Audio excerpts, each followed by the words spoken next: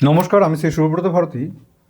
তো আজকে জুন মাসের মেষ লগ্ন বা মেষ রাশির জাতক জাতিকাদের কেমন যাবে সেই নিয়ে আলোচনা হবে।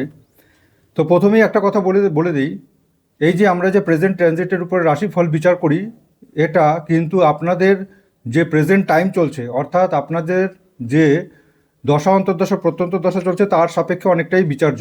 অর্থাৎ প্রেজেন্ট টাইমে আপনার যে অন্তর্দশা বা প্রত্যন্ত দশা চলছে সেটা যদি কোনো রকমভাবে শনি বা মঙ্গল বা রাহুর হয়ে থাকে তাহলে কিন্তু এই সময়টাতে আপনাদের একটু সমস্যা হতে পারে। সেটা কী সমস্যা হতে পারে আমি বলছি।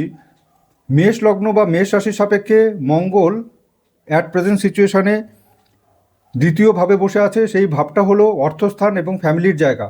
ফ্যামিলি মানে বাড়ির রিলেটিভদের, মানে নিজস্ব ফ্যামিলি, বাবা মা ভাই বোনদের জায়গা। তো এখানে কিন্তু মঙ্গল থাকার কারণবশত কোনো ঝগড়াঝাটি অশান্তি চলে আসতে পারে, কিন্তু এই মঙ্গলটা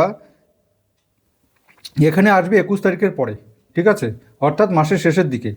এবং শনি যদি আপনাদের জন্মকুণ্ডলীর মধ্যে দশা অন্তর্দশা বা প্রত্যন্ত দশার মধ্যে শনির টাইম চলতে থাকে তাহলে এই সময়টাতে ওয়ার্কিং সেক্টরে জন্য হঠাৎ করে দূরে যেতে হতে পারে, কিন্তু ওয়ার্কিং সেক্টর রিলেটেড একটা গুড অপরচুনিটিও আমি দেখতে পাচ্ছি, ঠিক আছে।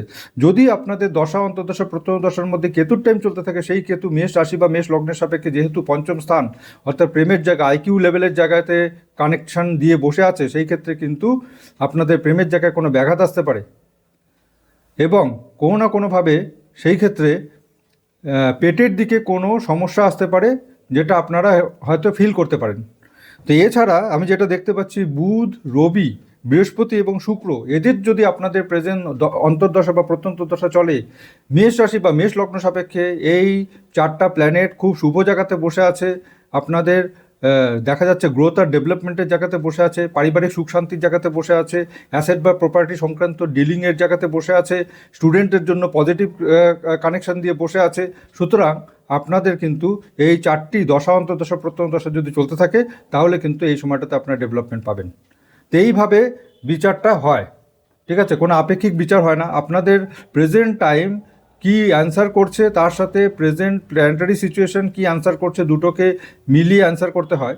তো আমি মোটামুটি আপনাদের একটা আভাস দিলাম। ফার্দার কোয়ারির জন্য অতি অবশ্যই আমার সাথে যোগাযোগ করতে পারেন, আমার নিচে দেওয়া ফোন নাম্বারটা রইল। এছাড়া জন্মকুণ্ডলী বানানো এবং তার সাথে সাথে বাস্তুর যদি বিচার করাতে চান তাহলে আমার সাথে যোগাযোগ করতে পারেন। আমার চেম্বার জলপাইগুড়ি এবং শিলিগুড়িতে।